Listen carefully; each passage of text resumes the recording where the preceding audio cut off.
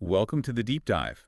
You sent us on quite the adventure this time. We're diving into MrBeast's 100-hour exploration of ancient Mayan sites. Yeah, it's a different approach for us, right? Using these first-person YouTube videos as our main source gives you a very visual, sort of on-the-ground feel. Exactly. And our mission, really, is to pull out the key facts, the surprising details about Mayan civilization that these videos revealed. Kind of a shortcut through the 100 hours for you. A highlight reel of discovery, if you will. So where does this whole thing kick off? It starts pretty dramatically, actually. They arrive at this 2,000-year-old temple, basically swallowed by the jungle. Gives you that immediate sense of isolation, doesn't it? How much is still hidden out there? Totally. And the temple itself. Huge stairs, this really deep, dark tunnel entrance. You immediately get a sense of, well, awe and mystery. And inside, what did they find right away? Well, there's this giant statue. The guide identifies it as the corn god, positioned inside a jaguar's mouth. The corn god. That makes sense given how vital maize was. Exactly, a powerful symbol. Although, I think the initial guess from the explorers was something a bit funnier, less academic. Right, shows the value of having that expert guide there. And wasn't there something about the temple structure? Layers. Yes, that's a key point. It's a pyramid built right on top of an older one. It shows this continuous use and reverence for the site over centuries, building on the past, literally. That's fascinating. And they mentioned access was tricky. Extremely. The guide apparently said that even archaeologists don't usually get into that specific area, so it was a really rare glimpse they got. Wow. And what was at the end of that particular exploration, the culmination? They found a funerary mask belonging to a king of the Snake Kingdom, apparently unearthed pretty recently within the last couple of decades. Snake Kingdom King. Okay. Okay. And the mask itself, what was its purpose? The guide explained it was meant to shield the king on his journey to the underworld, a protective element in their beliefs. Over 1,000 years old, right? Yeah, over a millennium. And then you see them, holding it for a moment. It does make you think, holding something that ancient. Preservation, access, all those questions come up. Definitely. It's a fleeting contact with something incredibly significant. Okay, so that's Temple 1. But they didn't stop there. An entire abandoned city next. That's right. And the scale is just staggering. They mention it once housed over 100,000 people, multiple temples, a real urban center. It's hard to picture now, just seeing ruins. Did they show reconstructions? They did, yeah. Some visuals to help you imagine it bustling with life, which really helps put it in perspective. And artwork. Did they find art? Magnificent artwork, yeah. Really offered this rare look into Mayan life maybe 2,500 years ago, depictions of people, rituals. Gives you more than just stones and structures. Exactly. Although there was another humorous moment, I think, misidentifying someone in the art again. Keeps it real, It does.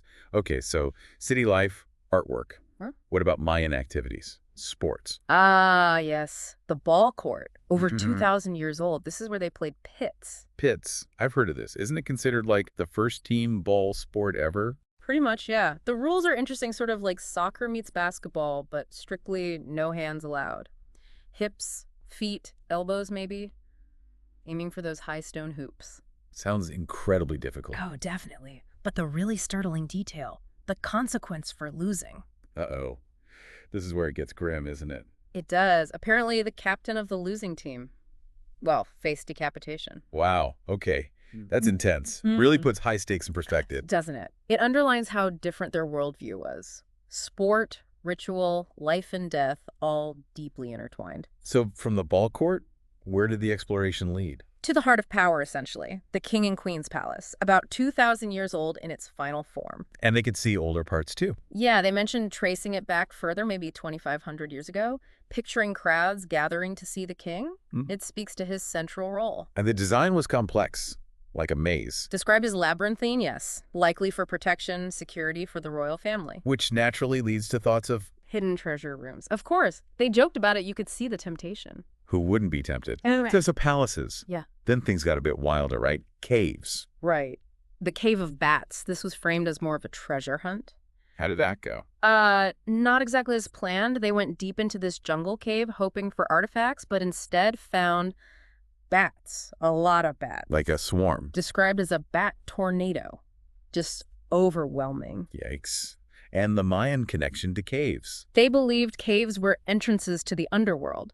the mouth of the earth monster in some cases. So it adds this whole other layer of significance, maybe even danger to entering. So bats instead of treasure. Pretty much, just lots and lots of bat guano. They made a pretty quick exit, understandably. Can't blame him. Does he try again for treasure elsewhere? They did. Another temple, this time explored at night by torchlight. Ooh, that must have been atmospheric. Absolutely. Imagine those ancient stones just lit by flickering flames. Very evocative. But still no treasure. No. Still no treasure.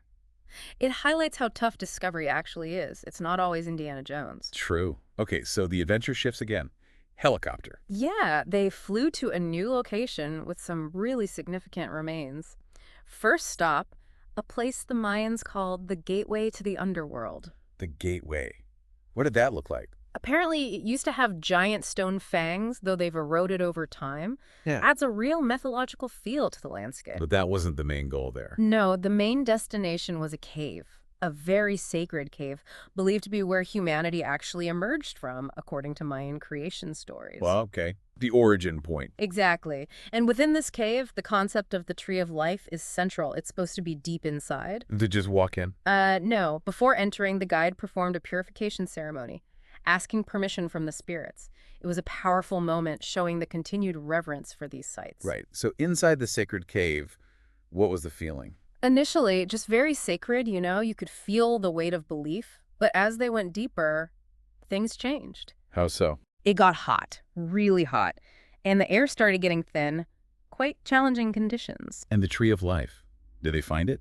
They did, but maybe not what you'd picture. It wasn't a literal, leafy tree growing underground.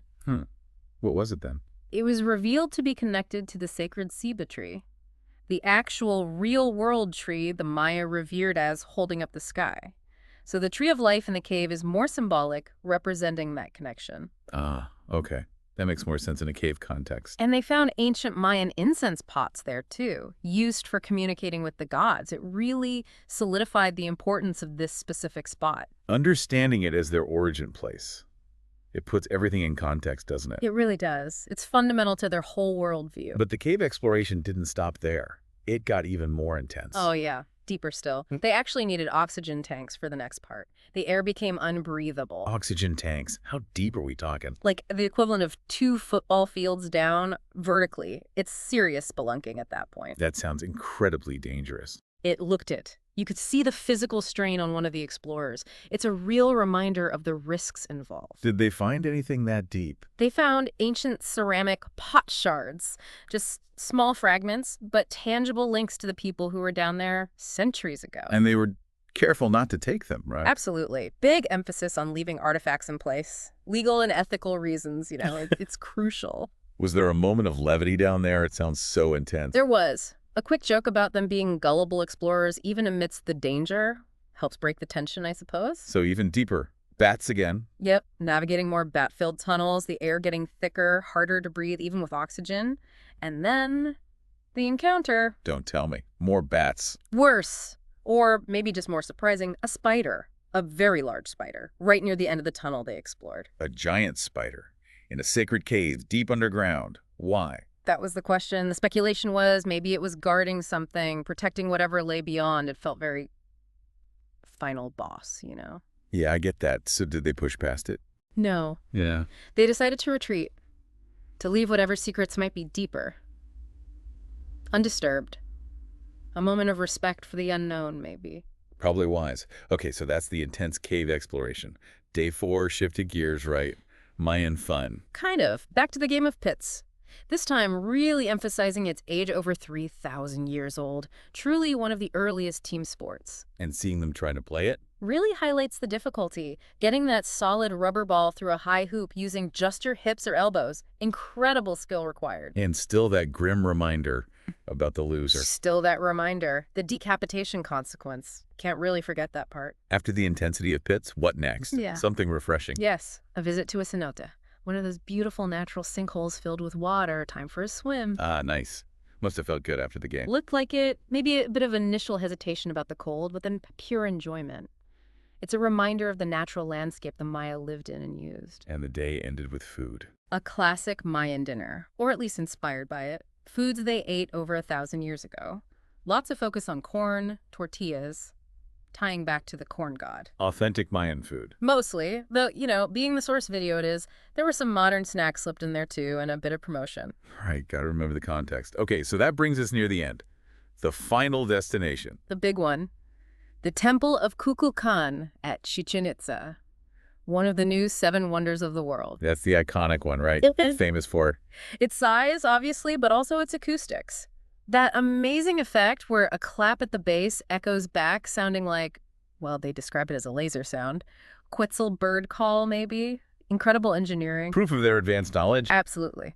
Astronomy, mathematics, acoustics, it's all there in the structure. Those steps are angled just right, probably used in ceremonies. Could they go to the top? No. The actual temple room at the summit is considered extremely sacred. Access is prohibited. So how do they see inside? Respectfully, they used a drone, flew up to peek inside the doorway. And what was in there? Treasure. Surprisingly, nothing. It was empty. Empty. Why? The likely reason. Spanish looting, probably 500 years ago. A reminder of that layer of history, too. So kind of sad, isn't it? It is. But they did include a visual reconstruction, trying to show what it might have looked like before it was emptied, the potential former splendor. So even without finding, say, a chest of gold, the journey itself was the point. Exactly. Experiencing these places, sharing them, understanding the history, that's the real value. The treasure is the knowledge, maybe. I like that. So wrapping this deep dive up, what are the big takeaways from this Mayan adventure? Well, you get a real sense of the sheer age and complexity of the civilization, their deep connection to the cosmos, their beliefs about creation and the underworld. It's fascinating. And their practices, like pits with its extreme rules. Right. And just seeing the layers of history, how sites were reused, how later events like the Spanish conquest impacted them. Any single discovery that really stands out as particularly surprising? Maybe the funerary mask being found so recently. Or the tree of life not being a literal tree. And you can't forget the giant spider guarding the abyss. Definitely memorable. Okay. Okay, so for you, our listener, thinking about all this. It really makes you wonder, doesn't it? What else is still hidden in those jungles or deep in those caves? What other knowledge have we lost or just haven't found yet? And maybe, how does learning about a civilization so sophisticated yet so different change how we see our own time, our own world? Good question. Plenty to think about. Absolutely. Hopefully this deep dive has given you a great starting point if you want to explore the Mayan world even further. Thanks for joining us.